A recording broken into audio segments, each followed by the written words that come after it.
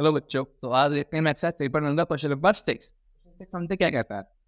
हमसे कहता है give the linear equations 2x plus के 3y माइनस के equals to 0, right another linear equations in two variable such that geometrically representation of the pair of form. देखिए, हमें करना कुछ नहीं है। जो हमें ये वाले इक्वेशंस गिवन है, हमें इसके अकॉर्डिंग इसका एक और एग्जांपल देना है। अगर हम इसमें ग्राफ ड्रॉ करें तो कैसी लाइन आनी चाहिए?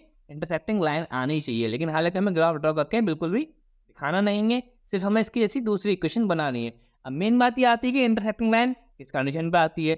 इंटरसेक्टिंग लाइन हमारे पास आती है a1/a2 does not equals to b1/b2। लिख लेते हैं इसके आगे हम। इस पे आती है a1/a2 does not equals to b1/b2। ये कंडीशन लाई करती है हमारे पास इंटरसेक्टिंग लाइन के लिए।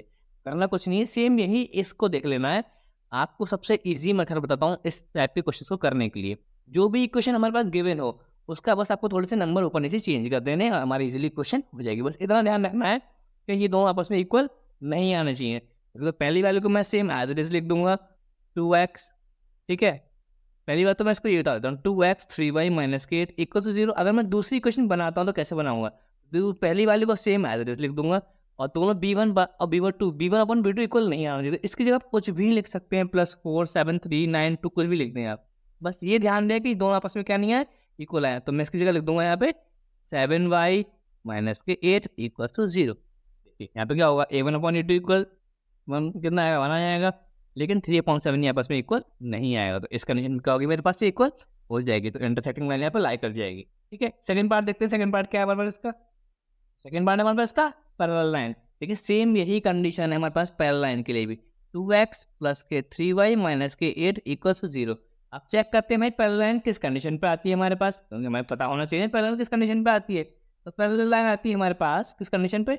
a1/a2 equals to b1/b2 does not equals to c1/c2। ये वाली कंडीशन लाई करती है पैरेलल लाइन के ऊपर। हालांकि लिखनी नहीं है आपको, ये मैं आपको समझाने के लिए बता रहा हूँ करती किस कंडीशन पे। तो हमें इतना ध्यान रखना है a1/a2 b1/b2 इक्वल आने चाहिए, लेकिन c1/c2 आपस में इक्वल बिल्कुल भी नहीं आने चाहिए। तो करना कुछ नहीं, पहले वाले का डबल कर दो तो हो जाएगा मेरे पास ये 4x। इसका भी क्योंकि इक्वल दिखाना है तो क्या कर देंगे यहाँ पे 6y। आप लास्ट के नंबर को कुछ भी रख सकते हैं, बस इतना ध्यान रखें कि दोनों आपस में इक्वल ना आए। 7 8 9 10 आप कुछ भी पुट कर दे। देखिए मैं 9 पुट कर देता हूँ।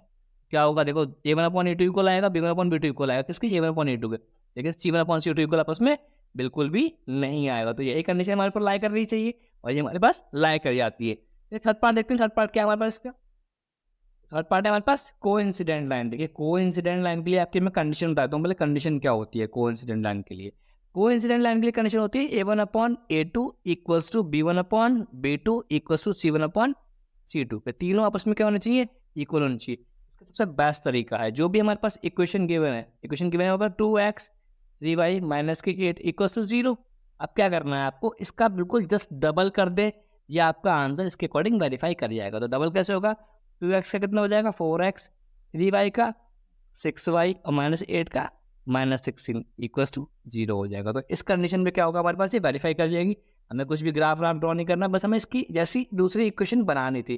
अब कुछ बच्चे ये कहेंगे सर इसका आंसर मैच नहीं कर रहा आंसर शीट से। तो बेटा आंसर इसलिए मैच नहीं करेगा आपका क्योंकि हम इसको अपनी तरफ से कोई भी नंबर लिख सकते हैं, और ये भी ज़रूरी नहीं है कि जो मैंने लिखवाया आप वही लिखें। आप अपनी तरफ से यहाँ पर कुछ भी लिख सकते हैं। ठीक है, सभी को समझ में आ गया क्वेश्चन? सभी को क्लियर होगा? अगर किसी को क्लियर नहीं होता है तो वो मुझसे कमेंट सेक्शन में पूछ सकता है।